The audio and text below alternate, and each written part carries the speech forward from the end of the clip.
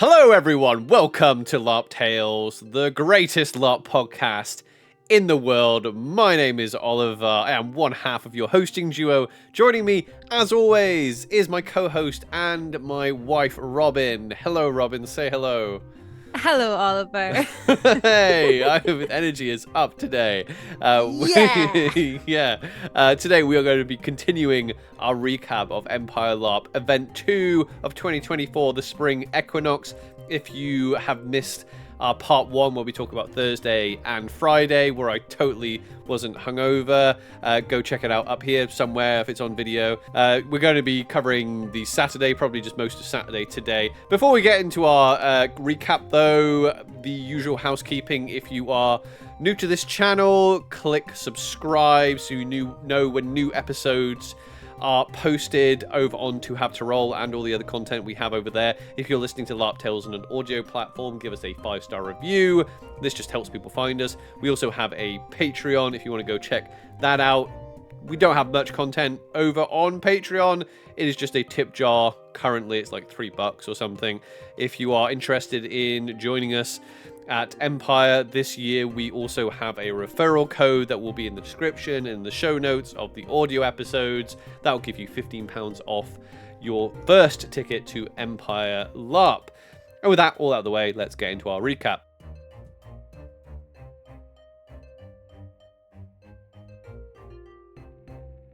Okay, Empire LARP E2, this is part 2. We've gone over what happened on the Thursday and Friday. Last we left off, so Daemon had gone for an Imperial title unsuccessfully, and had tried to lead Dawn unsuccessfully, but I ended up being one of the seconds to lead the nation, which was good. Nymeria had gone through the Sentinel Gate and to Karov to fight the minions of the Deadwood Knight, who is a baddie undead, we think, knight who's baddie undead, who's currently terrorizing Varushka and Dawn, you led Dawn on that skirmish to great success. Fantastic. We had gone to military council. The military council had decided that Dawn was going to be fighting on the Saturday morning in Calavesa against the Jotun, which brings flashbacks of E3 last year, where we did a similar thing in Scallon, and Dawn was about to maybe share the same fate as Godric and Aranel did, just under a year ago. Saturday morning. Saturday morning, we again did a normal coffee thing and everything. We have a wonderful person in our camp who has made it their game to be like the person who looks after camp, makes everything clean and beautiful and everything else. And honestly, without that person in our camp, I don't know how we would have coped, because we got up in the morning and all the coffee pots were cleaned out, everything was put away, everything was ready to go. Same person as the one that does all our girding and everything for us. So honestly, the best. Yo folk, you're the best, yo folk, and you know who you are. I mean that does make a big difference, not having to be like, 'cause again, it just takes time up being like, oh, we need to clear everything away before we leave camp. And it's little things though. It's like, oh, I need to go and fill the big water jugs up. It takes a few minutes to do that, or I need to clean everything out, or I need to put all the rubbish away. You wake up and it's like literally all done. I'm just like, oh my gosh, we can just make coffee for everyone.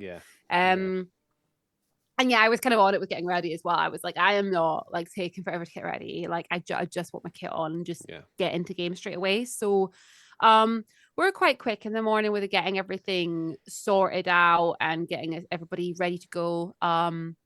Oh, this is where we had the issue though, when it came to, like, we mentioned about the tent flooding and things before. Yeah. This is where we realized that, like, Oliver's like black shirts were all my chainmail was wet. So I was putting on wet chainmail. Yeah, it was not a fun time, to be honest. I did like I got ready really early and I did like a run around camp. Yeah. Asking for, like, I ran straight to the Durandal tent. I was like, I kind of came to the door and I was like, does anyone have chainmail? Yeah. Luckily, it was that type of weather where it was raining, but it was interspersed with really, really strong sunshine. So if it hadn't been like that, I probably wouldn't have bothered. I would have been like, oh no, it's just too wet. I'm going to get like hypothermia or something. But because it was so hot when the sun was out, I was like, no, this will be fine. I'm going to dry up pretty quick. And by the time I start sweating, it's not going to make a difference anyway. I'm going to be wet no matter what. But yeah. So, interestingly enough, I think because of maybe what happened, to Dawn last time, there was a few groups in Dawn that decided they weren't going to come with Dawn, and there was a few rumors. I'm not going to say too much more than this. I'm only saying it because we're going to have to talk about it when we talk about what happened in the battle. Yeah. So a good chunk of Dawn went off and did their own thing. Yeah, I mean, I'm basically that's kind of there's in character reasons for that, and I'm going to talk to some people as well in character. I don't think it was anything. It was definitely nothing personal to the people who had, again, like, there was an election process of like who's going to lead Dawn this time, and I don't think it was anything to do with that. But anyway, there was a little bit of I'm only saying that because it caused a little bit of tension with the rest of Dawn. People were starting to feel very unsure, basically. And again, I have to kind of say this to recap this battle, because that did have a big bearing on what the feeling was at the start. It was like, ooh, what's happening? It didn't feel like Dawn at the start. Like, No. it felt like there was a bit of fear going around, which is really, I've never felt that in Dawn going through the gate. We're all just like, whatever, we'll be fine. And there was a little bit of like people a bit more tentative about where they were going on the field when they came out. So there was a bit of uncertainty there, but yeah. Yeah. So heading up to the gate. Did we? Oh, we had a mass weakness lined up. Yes. Morrigan was well, I mean, one thing. One thing that is very evident when you know your nation quite well is that during the field marshal briefing the night before, there were several times where people went, "Oh yeah, do you have a night coven?" And the people were like, "Oh no, Dawn doesn't have a night coven." I'm like, "Yeah, we do." They're like, "Can we do any mass calls?" We can do mass weakness, no problem, and people are like, oh, because there are some. I think some people get static in what they're doing, But when you get to, when you got people in there that really know their nation well, I'm like, we can do that. Things change quite quickly in this game, especially from event to event. New players come in with new covens and things like that. Yeah, new covens, new people master new skills, they try different parts of the game, and before you know it, you have a nation that can go ahead and do many mass calls at the drop of the hat, which is quite cool. So on the last episode, we went over what the objectives were in Madruga, but not in Calavesa. So we had to basically, because we were expecting to go on the Madruga one. So the Calavesa one, we had to get the banner. So the banner was going to be carried by this, whatever this warlord, and it was going to be. Thing is, the Jotun are all about we are I am the best. So we knew the banner was going to be at the front somewhere. It wasn't going to be difficult to spot. It's a banner as well. They are the best types of objective as well. There was so much fun with this banner as well, because they were like, oh, it's meant to be a swimming bear, and people are like, what do you think is going to be on it? And we're like, well, we're pretty sure there's going to be a bear. What color is it going to be? We don't know, but it's going to be a bear. Yeah, it was called the banner of the bear that swims. So a swimming bear probably going to be on there. There was heralds that were giving out boons as well. So you could go and tell them stories and things like that. There was going to be a load of heralds there. There was also swords that we had to go collect. So there were named like legendary swords almost that we had to go collect. We'll get to the swords thing. We need to go get the swords. In any case, also what was different about this time this is the first time I've experienced this as a player. Dawn were going in last. Because usually we're quite fast and hard hitting, so we tend to go in first or second. But this time, it was Imperial Orcs, because they don't care. They always want to go first. They're always just like, we are first. It's usually because they're a little bit slower, and when they go in first, people just overtake them anyway. So it was the Imperial Orcs, then it was the March's Wintermark, then Dawn, I think.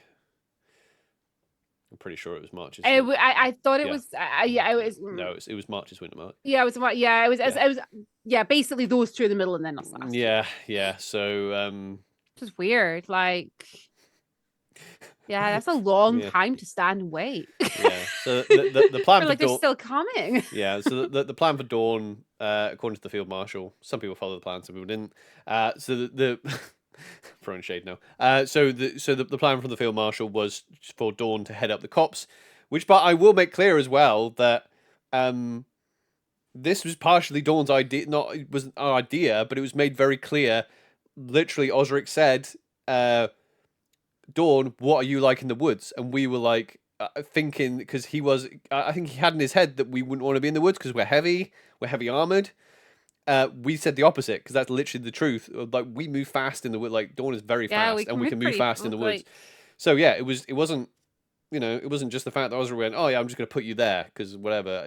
We were like, no, we'll be in the woods because we're fast, So yeah, like Dawn, we were happy in the woods. Very fast on the field, and I've been with Dawn when we have like cleared, gone from one side of the field to the other, and it's like you get there very quick.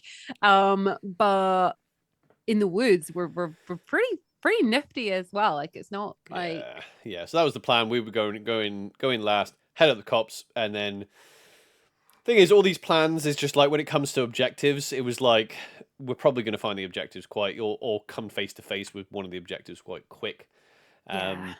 Anyway, it turned out even though we went in last, we all ended up at that breach together. Everyone knows about the breach now. If you've been to Empire, you know about the breach. If you listen to the podcast before, you know about that breach.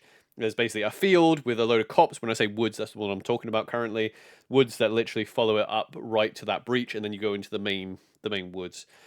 So we knew that we had a good inkling that the swords were going to be in those woods, and that was what Dawn was supposed to do: go in and find those swords. We had a day ritual and a night ritual taking place to find out the locations of these swords.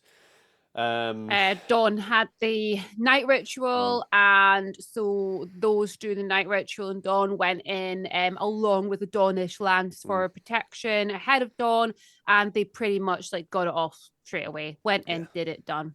They like, by the time we all got through, they were already back with the rest of us. We were like, "Is it done?" They're like, "Yep, done." Yeah, I mean, mustering was pretty cool this time. Like, before we went through the Sentinel Gate, because we was like, I had a real good fun like singing British Glory in the pissing rain before we ended up going out into the out to Calavesa. That was quite cool, because the rain wasn't so miserable, but it was like raining hard enough that it was like quite atmospheric. It was quite nice, actually.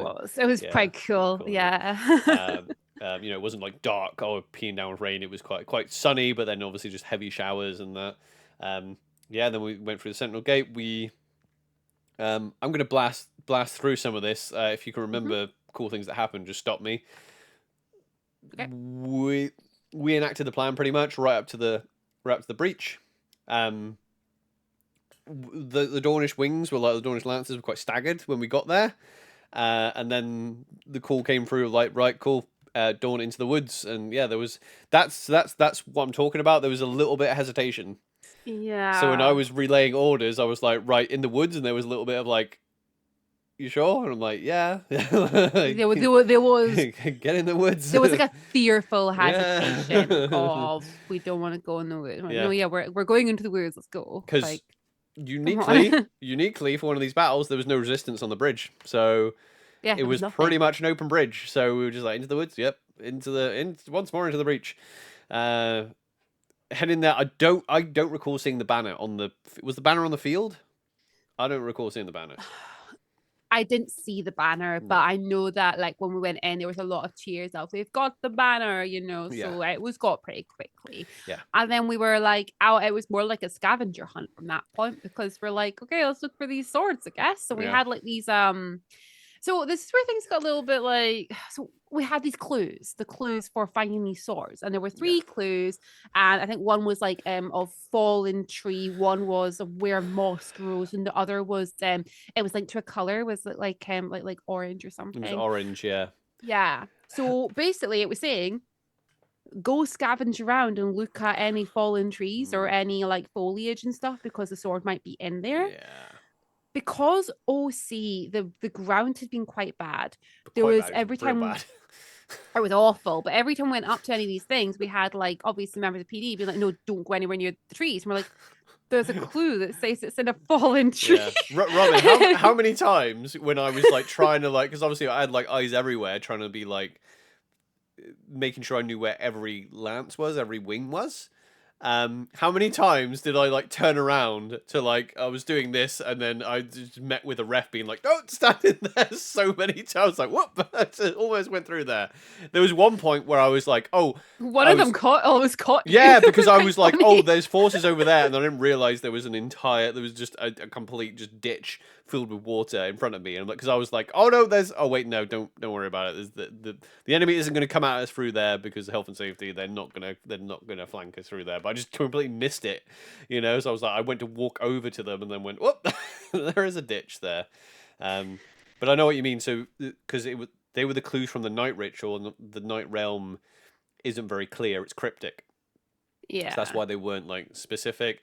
Um, I'm yet to send a feedback email to PD about this because, as you said, it was a little bit confusing from a game perspective where they gave us clues that these swords were going to be near fallen trees and tree trunks, and then when you went to look at the tree trunks, refs were saying, don't go near the trees," and we're like, okay, it's a little bit confusing, but all right, you know. We were also told that the swords, once they were found, the Jotun would make a big deal out of it. Like if the Jotun Yeah, found them, they would basically, hold it proud, be yeah, like, they were going to be like, "Yes, right, we kill." found the sword. We later found out that the swords were found instantly by people who were monstering. By the monster before we're on the field. Like it Yeah. was like instant Yeah. apparently. So there was pointless us looking for the thing. So again, you can never really know when PD are making these scenarios. You can never really know, but I mean, to me, it would have made more sense if they either just started with the swords and made them very clear that they had the swords, we got them, or put the swords in the main field. That means that The main field would have been cool because because it would have made like the Jotun overstretch. So basically, the Jotun would have had to yeah. decide. Because that's the thing, when you come through the Sentinel Gate, the Jotun are going to be in position, or whoever you're fighting. If you put the objective on the field, then the Jotun go, oh, actually, we want to race the Imperials to the objective, and then both sides get to decide whether they want to risk overreaching to get those objectives. But the fact they were in the woods and it was going to take us all that time to get to the woods, it was pointless. What was the point in even writing in, oh, they're hidden, because you're just like, well, the Jotun are going to find them.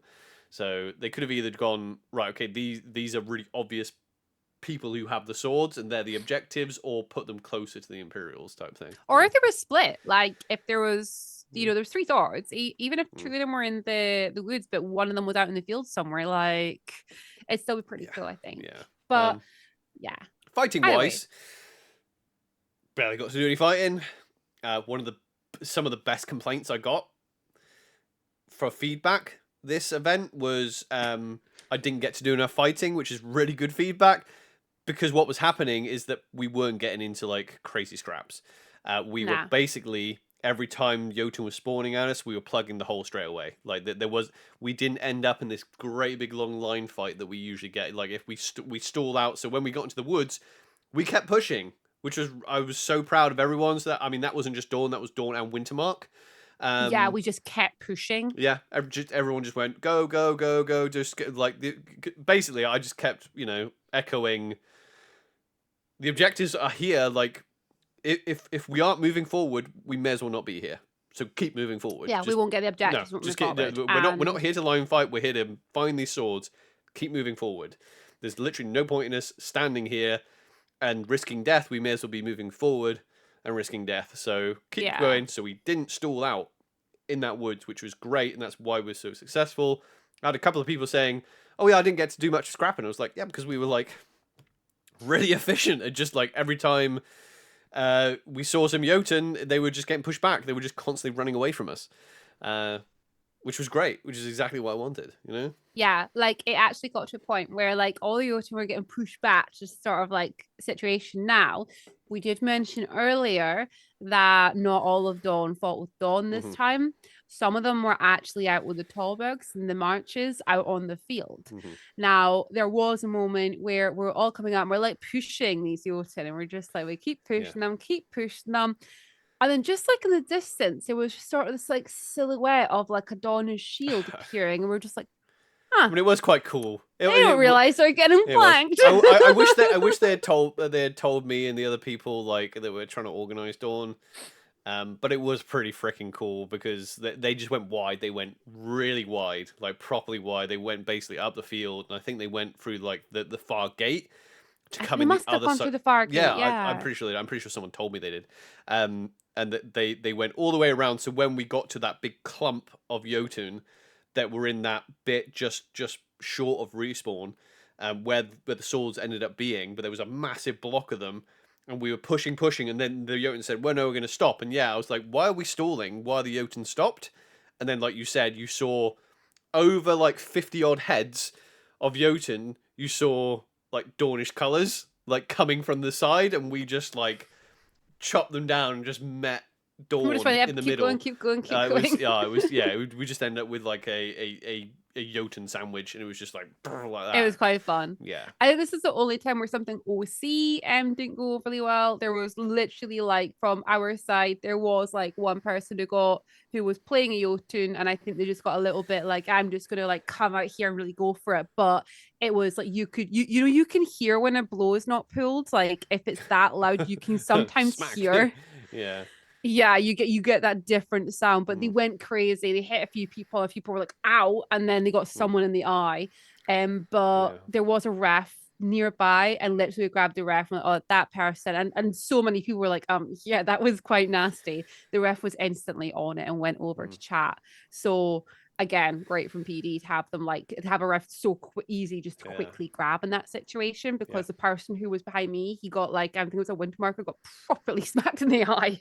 Oh yeah, I mean, I remember being like, do you want to go see? Do we need to maybe like get you some attention? He was like, no, I'm fine. I was like, okay. Yeah, it happens, and it's more likely to happen in those crush situations, because we basically did, even though it wasn't a technical donut, it was that type of situation. They had nowhere to run. They were all getting crushed between two massive Dornish forces. They were going to get cut down. They were going to die, and they were just like, I think there was, because you get pushed from behind, pushed in front, and yeah, people would just go a little bit. I'm just going to go out in a blaze of glory then, and just maybe get a bit overexcited, and then the Dornish maybe get overexcited as well when they're like, oh, they smell the blood in the air and just go for it and see red. Those things can happen. Happens, yeah. So yeah, we ended up finding the swords. We knew where they were at this point. So I can only say what happened from Daemon's point of view. I found out from the people who told me where the swords are. Right. So they were like, right, swords have been found here. Okay, cool. So my next thing was like, I am not going up there. I think we already had like Seb and Baldwin and all that. The people leading Dawn as well were up there anyway with the field marshal. I think the field marshal was back, but I think we had this Seb who was seconding for the field marshal was already up that direction. I was like, you know what I'm gonna do? I'm gonna stay behind and make sure the rest of Dawn and Wintermark are heading in that direction. Because I know what I remember in a past life what happened the last freaking time that happened. I'm like, no, I am going to stay behind and point Dawn and Wintermark to the objective. I'm like, swords are that way. Go help your Imperial brethren and sisterin out. Yeah, go. Yeah. I turned myself into a little bit of a runner here at this point, because I was like, I knew there was two lances trying to hold it, and we're like, just don't engage yet. Just go over now. Let's get some more backup. So as you went to get the backup, you went to basically get the other lances and someone Wintermark to come. Oh, I had like 300 people heading up your way. Oh yeah, I saw like Daemorum, and I saw them, and I was just like, yeah. By the way, Daemon's already getting the backup. I'm gonna run down there just in case in the last few minutes anything's changed in that situation because things change so quickly. They do, yeah. Like, for all we know, they've already got all 3 swords and they're on the way back to us, or they've all been cut down as there's a big monster down there. So I was like, I'm going to turn myself into a runner and I'll just sprint. Like, ran down and I was like, right, okay, swords are definitely there. Everyone's engaged now. We need backup. Turned around, and then you just see Wintermark and Dawn coming together, being like, "Okay, where are we going?" I was like, in there. Yeah, no, it was great. We got the swords, dead easy. It was an easy fight. We got all the objectives done. Yeah, no problem. We went home. Even at the end, we were just like, right, okay, we're going to pull out. Oh, maybe we should hold this line. Actually, there's none of them left. Let's just waltz out of here. Dead easy. yeah, there was that wee bit at the end, wasn't there? We were like standing there and we're like, what are we doing here? And I was like, gate closes in 30 seconds. We should probably go. yeah. So yeah, everyone went out. It was a good fight. From my perspective. So I think people kind of are starting to get. I think I'm starting to get as well how we organized Dawn. I think it was good that we had basically from the Dawn kind of thing is it's leadership, but it isn't leadership. It's more coordination. That's what I want Daemon's job to be. That's the job that I want, because Dawn, like in character, it's all about your personal glory. So it shouldn't be about, oh yeah, I'm just going to follow orders. It shouldn't really be about that. It should be, are we communicating? Are we working as a nation? That's all I care about. What seemed to work this time is that we had a few like quiet, cool heads at the top that were relaying stuff to the lance captains. And what I liked is people were really getting into the lance captains thing. And there should be a separation between the command unit and the lance captains, because the lance captains are the ones that, what Godric used to be was like, they're the ones that are shouting like, right, come on, let's charge, and really get into it. Whereas I was more of I'll walk up to a lance captain and be like, okay, we want you in there, kill them, quietly, and then they can be rah, and then do all the shouting, because when everybody's shouting, it doesn't help. The lance captains are the only ones that should be shouting, really, and going crazy. So. Like, communication is like your main thing. And there was a moment at the end when we went to get the swords, and it was unclear as to how many Jotun were actually on the other side. And there was 2 lances that had been fighting for so long there. They were like, look, get these 2 lances out. We've got Wintermark right here and Dawn ready to go in. But in that time of those lances moving out, someone passed a message on being okay, you saw me get a little bit back. You saw me get pissed off because Wintermark were coming, and somebody was like, "Oh, we got swords," and then Wintermark were like, "Oh, okay." I'm like, "Do not tell them to turn around." Yeah, someone said to Wintermark, "Oh, we're done here. Let's head back." That's and then you turn around, they're all gone. That's how Godric and Aranel died last year. Was they went, "Oh, we don't know what's still down there." We don't know until I see those lances come back. When don't stop. I know we've got the objective.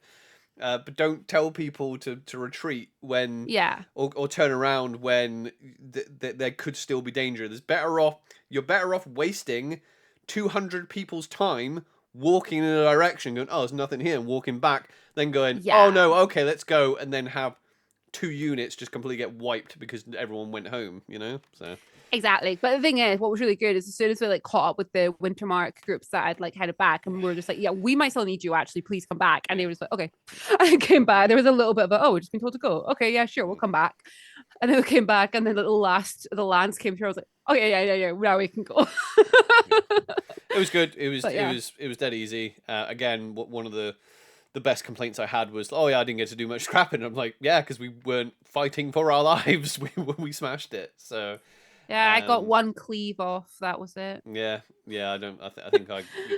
I got a couple of impales off because I ended up chasing someone who we thought was. Oh yeah, had the objective and was just some crazy, like, thrall of the Jotun. Just like, why won't this person die? And then it became clear that I'm like, all right, okay, I think it's maybe a newer player that didn't realize how unstoppable and potions worked, and that's why they were taking so many hits to get down. I'm like, they must have like the magic sword on them or something.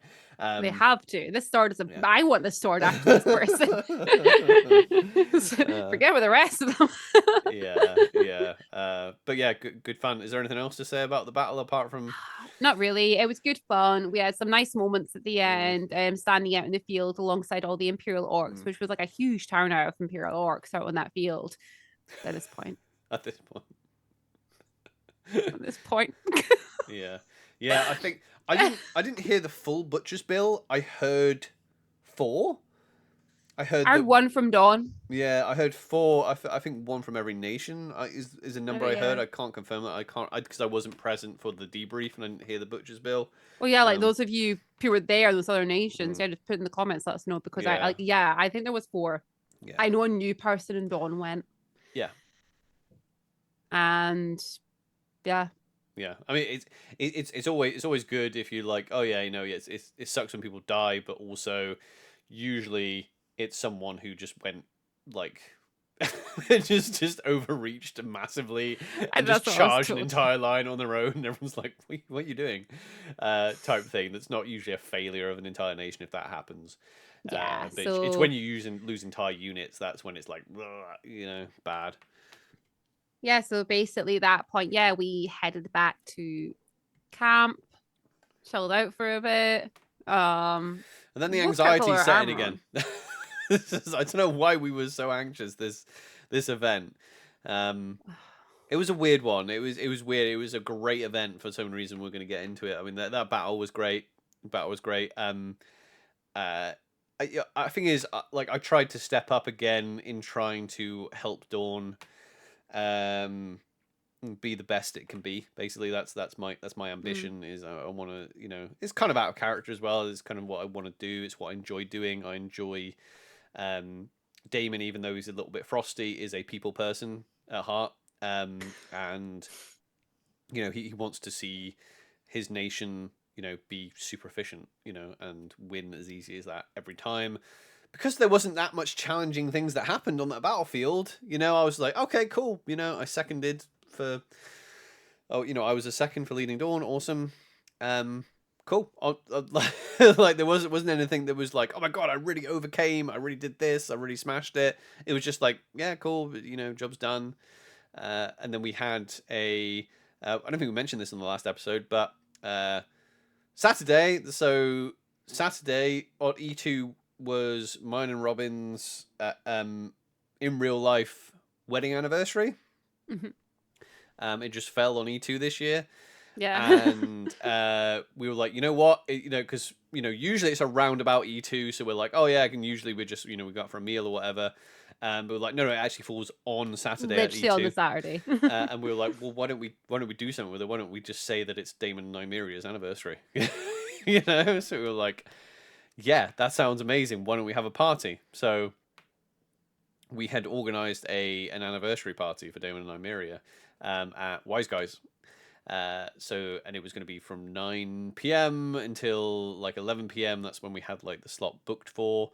But yeah, we had that kind of in our heads, didn't we? A little bit on the Saturday. There was so much, like, I don't know if other people like feel as well. I'm pretty sure everyone kind of feels this. Sometimes if you're like organizing something, there's that fear and worry of, what if no one turns up?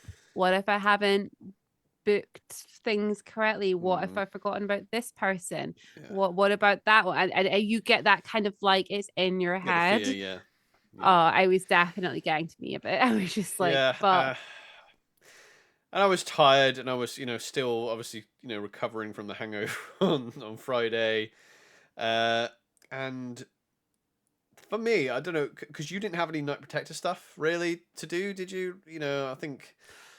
Not really. I was meant to have like a meeting, but that was meant to happen on the Friday, and then there was skirmishes, and then things got in the way, and I wasn't able to actually kind of like make that work, unfortunately, which I was feeling a bit like shitty at myself about, really, because I was like, I should have made that work. I should have literally tried to make sure that happened, and I kind of like, time just gets away from you sometimes at these events, and also, you do need those sort of like moments to step away, but I mean, Saturday was weird from like 12 until like 2. It was a weird It was a bit of a weird time. Like I felt a little bit lost.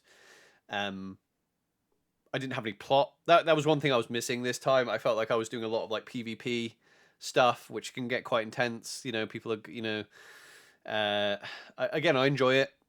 This is not me complaining about it at all. I enjoy doing it. This is just because this is a platform that I use maybe as a type of therapy of like, this is how I'm feeling, and I think people find that valuable to hear how people are feeling in their LARP experience. Yeah, I felt like, oh, I'm doing a lot of PvP stuff, and I'm doing a lot of you know, just the basics, but I have no plot. I don't really have anything to do. I was like, okay, I mean, I guess I can go fight in a tournament. I guess I could go try and find some plot, but I don't have the energy for it. It would have been nice to have some plot there, and I don't know whether that's just because I'm usually so busy all event, and this time I wasn't, and I was tired, and I was feeling a little bit of the draining from the PvP as well. I was just like, I've had enough. I don't really want to do much more currently, you know. And I felt a little bit kind of like meh, you know. And I did. I felt a little bit kind of like, yeah, plot envy as well from some other people. You know, I'm like, you know, God, you know that you know, these people, you know, seem to get a lot of encounter tents. You know, I've not had any. Plot is very difficult to find. Somehow some people tend to find a lot of plot. Again, I'm just telling them what was going on in my head at that moment. You know, I was like, what do I need to do to get some actual, you know, like decent plot here? You know, when you look at it in retrospect, you know, I did a lot this weekend. But in that moment, for the good chunk of Saturday in the middle of the day, I was just like, blah, you know, just feeling anxious about the Saturday, and what had gone on the Friday and things like that. So yeah. I mean, luckily though, Dolly came to the rescue at this yeah, point. Dolly to the rescue. Yep.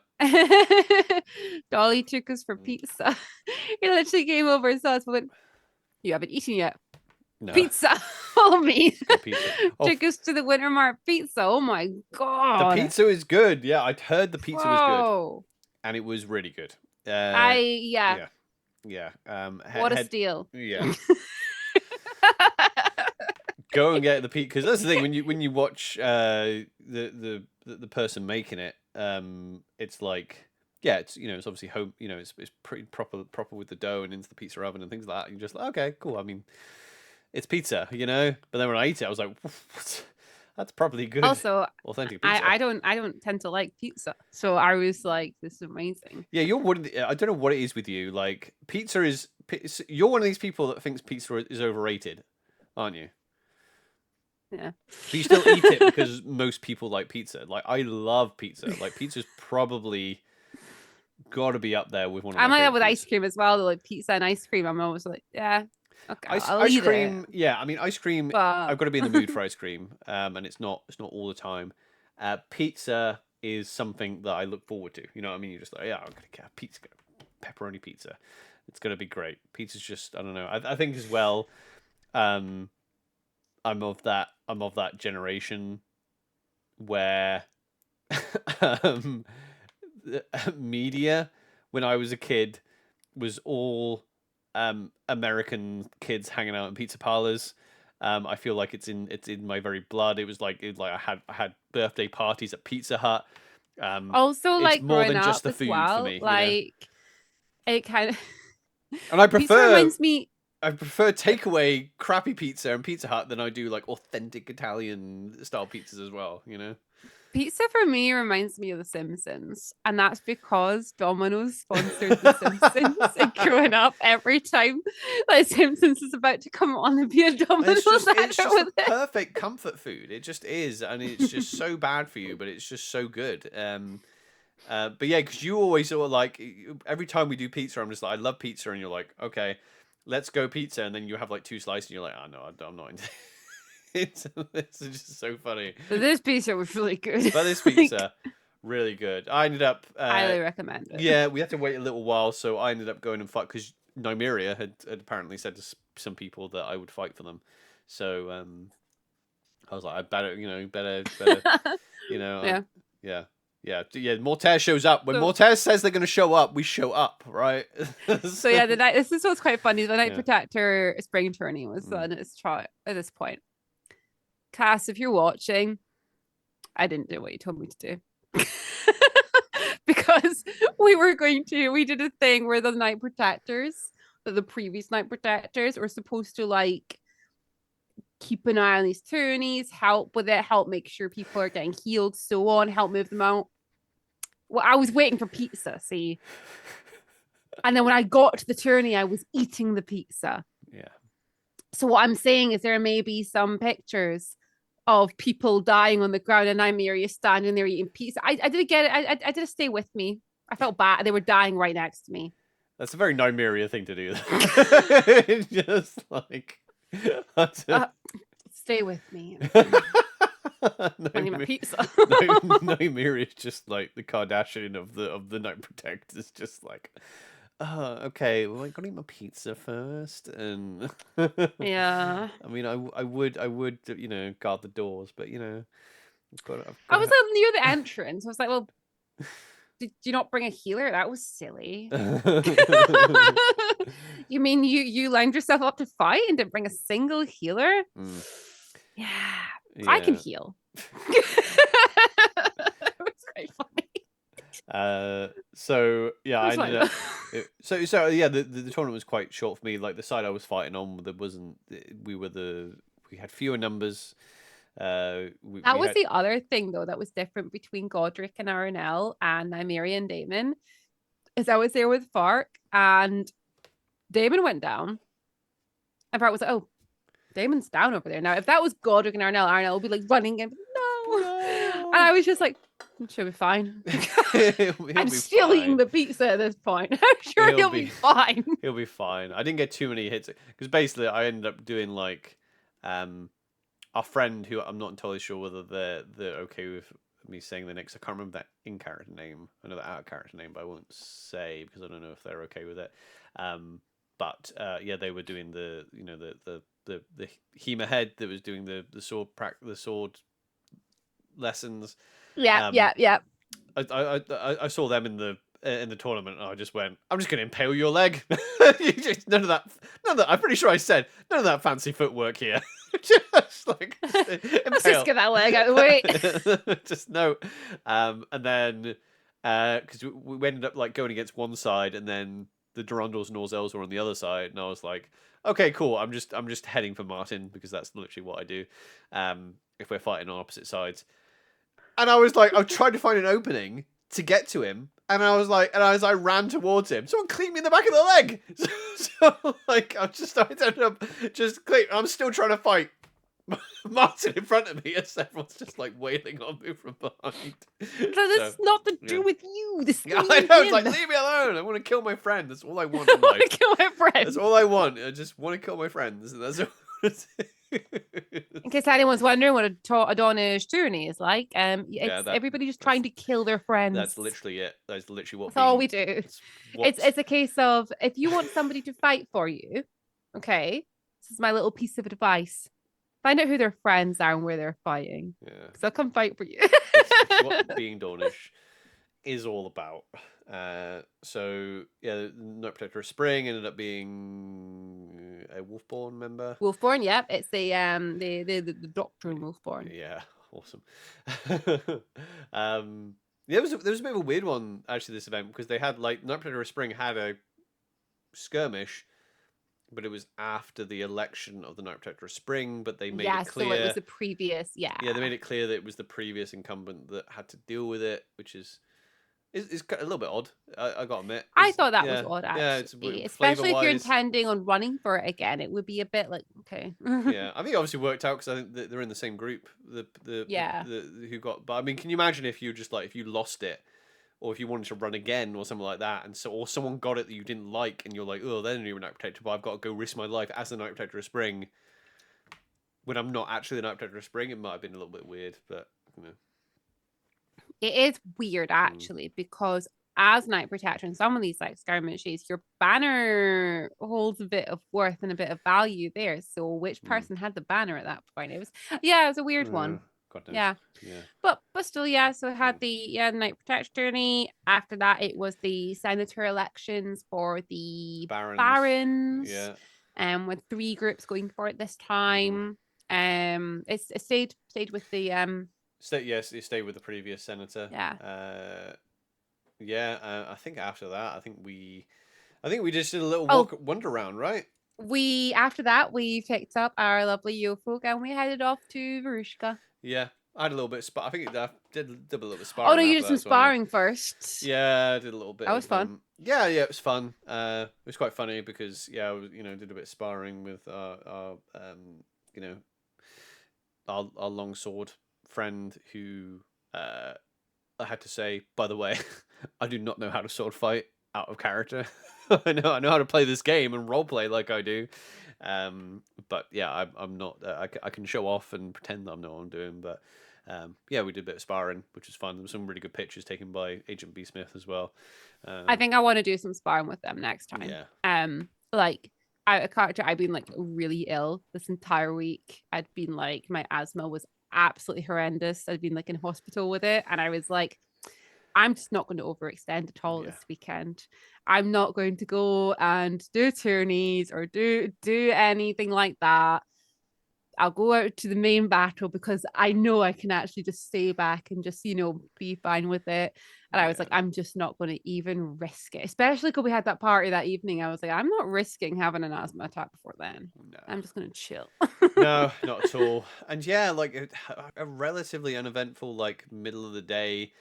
Because I think, again, we were still under that kind of like, anxiety cloud as well. And we ended up just going, we went up to, I can't remember the order we did this in. So, but whatever, we'll talk about all of them. We went to, I'll save the interesting one till last. I mean, it was all interesting, but you know what I mean? The really interesting one.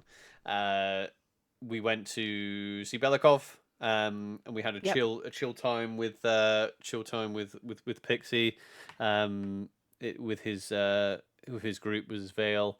Always a good time, always a pleasure, and like I said, I think the last event we said that we were going to make that a thing that we do, make sure that we go up and see him and get some real good role play. We talked through Daemon's like aspirations and things like that. We got like card readings done. Got some card readings done by Belikov, yeah. That was fun. Oh yeah, I'm remembering now what order we did this because I talked about the one of the interactions with Belikov as well. We went up to the Crimson Reaper camp just briefly as well. Grabbed a drink. Had a little bit of a chill time. Okay. A big thing happened between these two things. No, well, it happened like before the two things. I just couldn't remember until I've said them already. Right, okay. Oh, yeah, no, it was Crimson. Oh, no, we're thinking different things here. Okay, let's stay with Crimson Reapers because we did all the cool big things with Crimson Reapers before Belikov. So I know we did, yeah. So what thing are you thinking about then? Killian. Oh, right, okay. That was pretty cool. Oh, yeah, that was pretty cool. Yeah. Do you want to talk about Killian then? Should we do Crimson Reapers first? Because I want to do the orcs. Yeah. That was good fun. Let's do the orcs. Yeah, so we headed off because I had said to the Red Hands that I was going, because I made a promise at History and Virtue that I was going to come round and give them a flower. So the plan was to head over to the Imperial Orcs, but we had Fark with us, who is a Crimson Reaper, and was like, oh, actually, I'm going to the Orcs anyway because there's a wedding going on. I was like, okay, let's go to the Orc wedding. Just before that as well. Sorry, I'm just remembering the order of things. I'm sorry, but it's quite vague. Do you think Kate will mind me mentioning? I don't know. Kate will be fine, right? Just before this, so we were with Fark and we're like, we're going to go to the Orcs for a wedding. That's where we're going to go. This is going to be amazing. And we were like super stoked. And as we started to head out, Graham's character walks up that road, Dawn, just looking like defeated. And Nymeria like literally let go of her sword and let it drop to the ground to go over to him. And he just hands Sephi's bracer over. It's horrible. Oh my gosh. Like, Nymeria like ran up to get her uncle Starash, who was speaking to a baby at that point, and I really wanted to go out and carry baby. What? yes, Like an actual baby. yes, because I wanted to go out and character to be like, did you kill a baby? But no, the emotional things are happening here. And we and oh my gosh, we got Robert and everyone, and we all went back, and it was just like, oh. So yeah, sadly he died, and it was horrific, and it was sad, and there was tears, and there was anger, and there was like, oh my gosh, Yeah, so the acting and the role play here. Yeah, so there was what was this Valorn skirmish, wasn't it?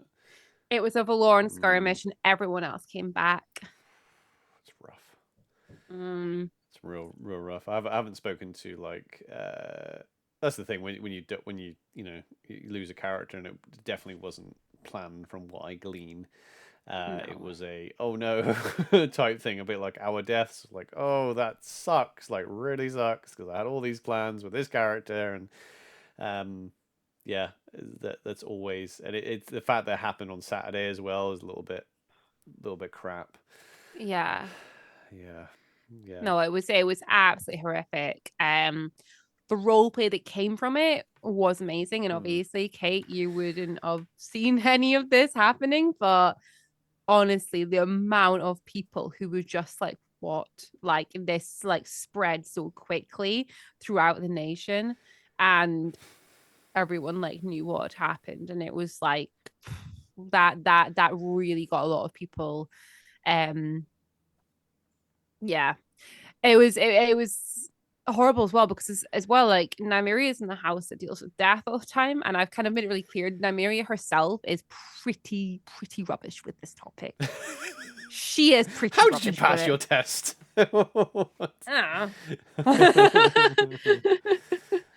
She very much understands it, but at the same time, and I blame it on the changeling side, she will go full on anger. Yeah. And like, I want to walk right through that gate and go and cut down every Valorn I see, sort of thing.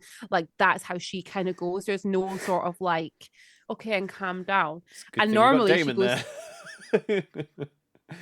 Well, normally she goes to like her wise Uncle Starash for like calm down a little bit. Everyone was affected by this. There was nothing grounding anyone. It's like Daemon and Fark in the background being like. Anyway, I'm pretty sure Persephone would not want you to be upset and miss this wedding. So let's go to the wedding. Yeah, I mean, but yeah, we ended up like, we had a lot of like amazing role play, and then I was like, we're gonna walk away now. Before we actually declare war somewhere.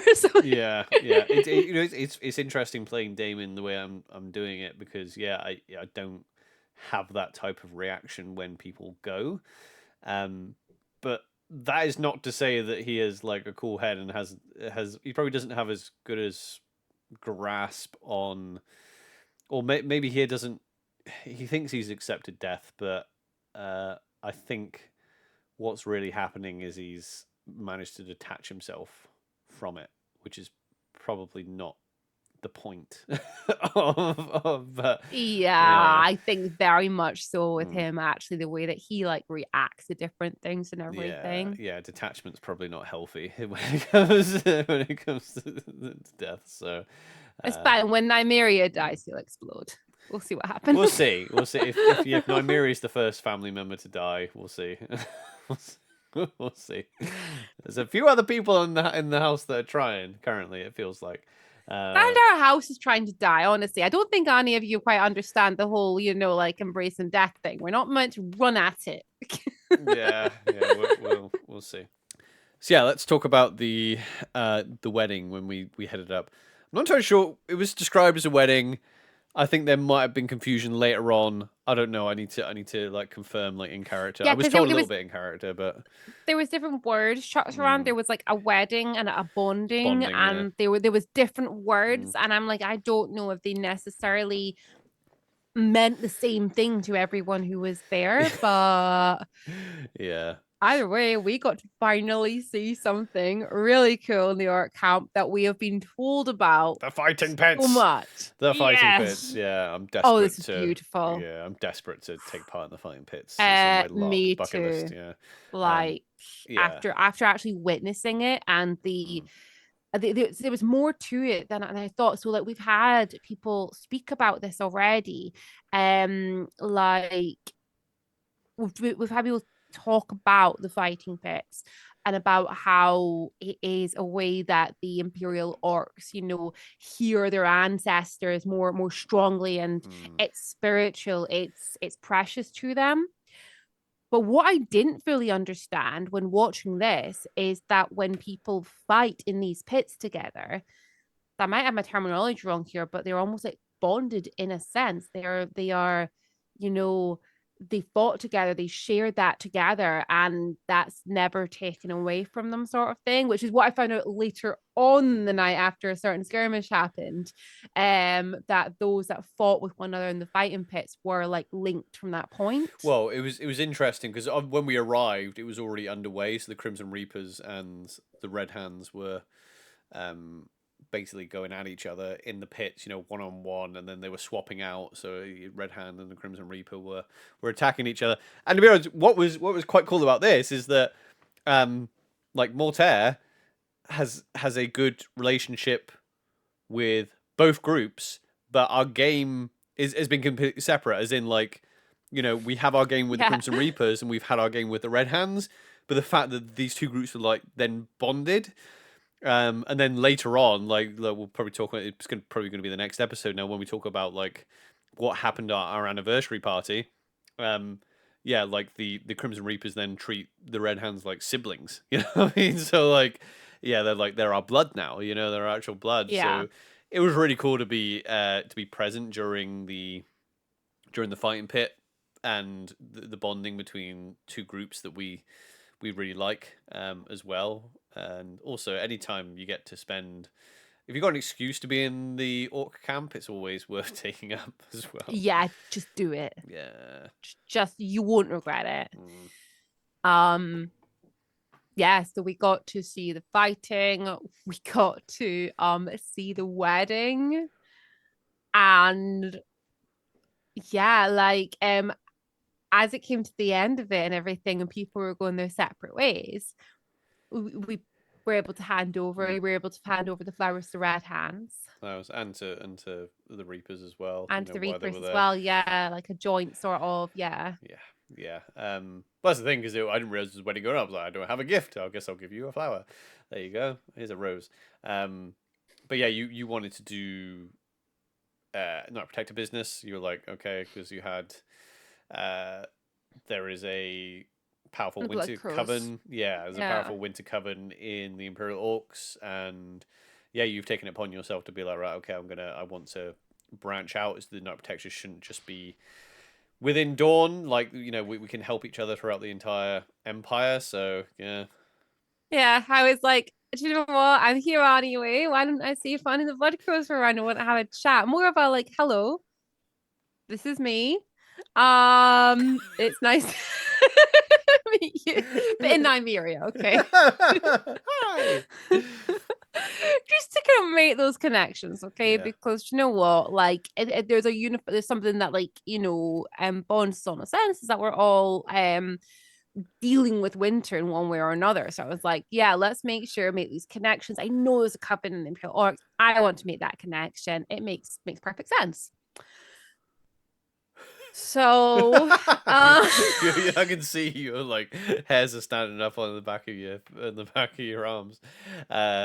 Yeah, we ended up talking to one of the orc egregores. bloody egregore.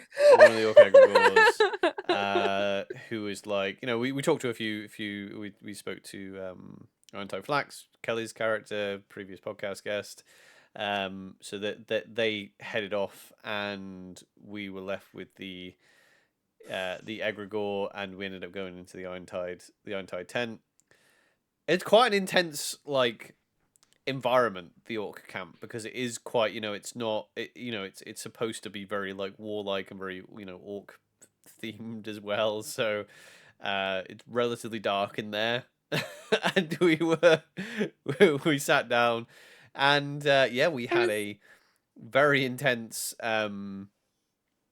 roleplay session with. Well, before like it got really intense as well. Like I was like, oh, I got to meet like Blood Aurora, and I was like, excellent. Like you're the person I want to meet here. Like, and we were able to talk and everything. I was like, right, okay. I feel like this is good. I was quizzed a bit. I was put through my steps, and I was like, okay, right, yes, no, this is good. And then the other orc aggregor came in.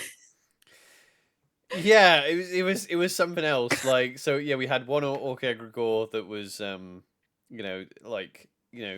basically we were talking backwards and forwards because I won't retread. I'll give the gist of what kind of things we were talking about. Because that was kind of like personal game for us and everyone was involved.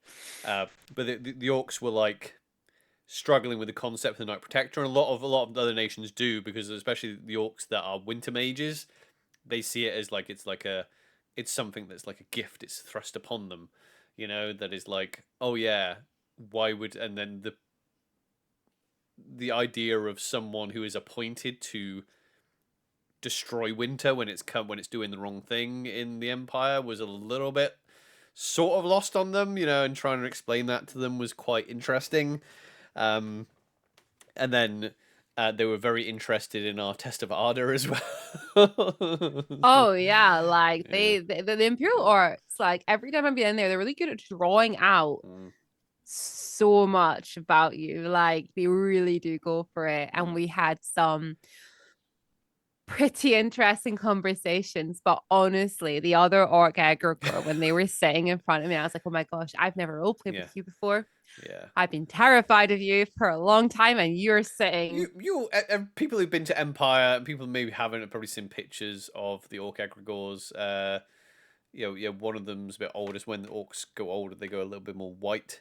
When It happens overnight as well, doesn't it? Yeah, it happens really quickly. But this is usually the egregore that opens the gate and does some really crazy stuff. He's pretty much lost his mind, isn't he? He's like literally lost his mind, which was interesting because I hadn't known the story. I've heard people talk. I think as Godric, I think someone told me something about him as a character, and I was like, okay, but this, he's obviously very interesting. When you see him opening the gate and talking to the Imperial Orcs before they go through the Sentinel Gate. But we got a close-up glance of the backstory of the character, basically, which was really fascinating, and it was fascinating. Yeah. So go and explore that, because that was fascinating. Be warned, it's intense, because it was the moment though where like his eyes were locked on mine, and I just saw his hand sliding across the table and just like sitting next to mine. I was like, this is the most intense roleplay situation I have been in yet. He was telling this story about him being in the Winter Realm, but it wasn't him, and he was just like, he was retelling this story about him being in the Winter Realm. It was intense. It was really fucking cool. It was like but there was a moment that happened. I forgot you and Fark were sitting there. I forgot that Aurora was sitting next to me. I was like so focused on them. But what I like is that, especially the egregores, and obviously because they're a smaller nation, so they're a little bit more tight knit, and they obviously learn from each other. That's why they have such a strong brief as well, is because they kind of have to be tight knit because they got mass on all the time, and they have to kind of trust in each other. But the guys that play the orc egregores, they have this have the same pattern of like, when you go in, because it makes sense because you're playing someone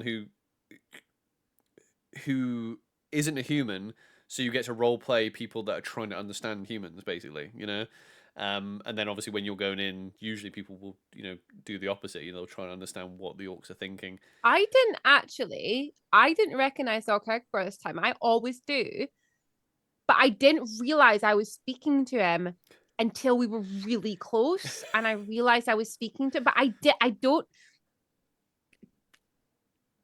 know if he's maybe wearing a different mask. I don't know But either. there was No. something was different. There was something different. I was like, I Yeah. didn't pick up that it was him. Yeah. But it wasn't until I started speaking for a while, I was like, Yeah. oh, I know exactly who you are. But I didn't pick up on that, which is fine because Nymeria doesn't know, Yeah. No, doesn't that's have fair that enough. connection. Yeah. But what I like about, especially both of them did it in different ways, but that they will do this whole like, what are you? Why are you here? Or why are there humans in here? You're smelling up the place. Piss off. Like, and they'll do that initially.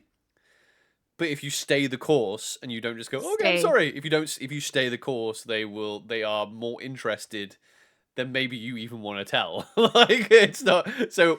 Stay and When you experience first it. approach, they're like, piss off out of our camp, Humies, you know, and then you're like, oh yeah. But if you're like, no, okay, I'm here to talk to you, and then they're actually the opposite. They are hyper curious, and usually all the orcs are like that as well. They are just like, no, they will role play, but their initial role play is what are you doing, like what are you doing here, what, you humans stink and get the hell out of here, why your food sucks and all.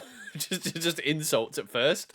Yeah, and then and then the role play was great, again, obviously, like the guys who play the egregores are very good role players. They are Yeah. excellent role players, Yeah. like literally both of them, absolutely wonderful role players. Um, they've got a really good way of kind of keeping you on your toes, making you think, making you feel a bit nervous, Mm. but then at the same time, making you feel like you've achieved something, you've gained something in that interaction. It's really interesting, and they do such a good job at it. And they're all just like OC really wonderful people. Every one of them that I've met has Yeah, just been but wonderful. it was a good Daemon Nymeria interaction, because that's the Mm. we're playing pretty intense characters, and to have that intense uh coming back at you. I think this is like going back to what I said in the last episode, and a bit to what I've said this episode about this being a very anxious kind of event. I think I'm having a different experience because I'm playing a different character, and the some people have like come up to me and been like, "Oh yeah, I really want to roleplay with your character, but you seem like intimidating." And I think what's happening for me is that the people I'm interacting with a lot are people that are very good role players, and I'm having to step up to their type of they're like meeting me where they think I want to be, basically, if that makes any sense at all. Yeah, yeah, So yeah. they're not giving me any quarter whatsoever with my role play. It is just like it's like, yeah, let's do it, let's role play and let's have this. So a lot of my role play interactions this event have been quite intense, basically, and maybe that's why I'm live. I felt a little bit like, oh, this is draining. It's not just oh, Godric, go have a pint with a couple of marchers and make some jokes or something. It's been full on. Every interaction I seem to have now is a very deep conversation. So It was the fact I was more sitting there like we've got a Fark there as well, and they're trying to him like, why are you here? I don't know. Just came hang out with them. poor fuck. Yeah. I'm holding her sword. I don't know what's happening. One minute I was going to a wedding, and now I'm in a tent, and I don't know where everyone's gonna hug each other or just slaughter each other. I don't know what's happening. Just hasn't been a moment where I can just slip out. So yeah. It was like a Game of Thrones scene, wasn't it? It was really cool. So Game of It was Thrones. really fucking cool. Definitely a top moment in the in my entire LARP experience. Actually, it was really cool. Again, it's Yeah. because something you don't get to do is we've been in Dawn the whole time since we've been playing, and it's very rare that we get a chance to go and sit down with those handful of characters and have that type of interaction. It's not a big it's not a big skirmish. It's not a big like public speak. That's what I was talking about in the last episode as well. A lot of your PvP or interactions, some of them are going to be in public, but others are just going to be those intimate kind of role play moments. And it was that was something that I'm always going to remember back to and be like, oh yeah, remember that time that we were in that dark like scary tent with like two orcs, and we were like playing these freaking badass Dornish nobles, being like just looking them both in the eye, just like, yeah. Okay. It was cool. It was so cool. I was leaning into my contact lenses in this entire conversation. I was like, I know what my eyes look like now. Yeah. Funny. Right. So do we want to... We're at like an hour and like 10 minutes. Do we want to end it there? Is there anything else we want to go over before... Because I think next episode we'll talk about our anniversary party, which is amazing, and the Sunday battle. Yeah, I mean, like, yeah, because next we could talk about, like we spent some time with Fark, with Belikov, with Killian, and then it leads us into do we want to mention Killian actually? Because I don't want to tease people because you said, oh yeah, Killian, and we'll do orcs first. So basically next we carried on, spent some time with Fark. We had a little bit of OC time, which again I kind of like tried to like push that each time because it is quite important to do that. So we had some OC time together. We then all headed over to Belikov's tent, and as we've already said, we had like some card reading, some wonderful role play, got to find out what was happening. But around at this time, Nymeria, I needed to pee, so I went to pee. And on the way back, I saw Killian.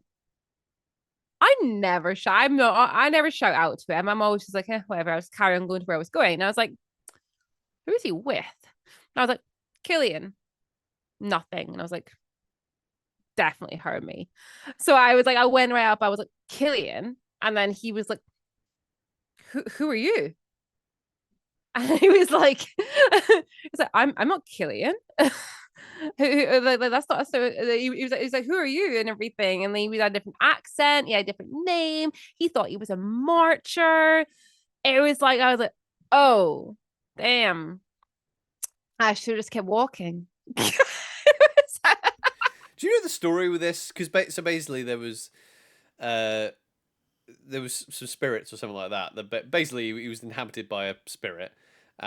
Do you know the story behind it? Like, where were these spirits from? What were they up to? I don't know what. He did tell us, and I've actually I can't quite remember the exact ins and outs of it. I know the OC side of it, like they basically went and queued up and got to literally pull a card and be like, choose which. It would have ruined my plans too much to go do it, but those types of things are really cool, like little role play things for people to do if you've got nothing else to do. I guess is like, oh yeah, I'm gonna go get possessed by a spirit. It was fun though, because like he'd already spoken to our entire house, and he was a marcher from a time when it was very much like, no, Dawn the marches, no. Why is there a Dawnish person speaking to me? And I was like, okay, I'm gonna lean into this a little bit.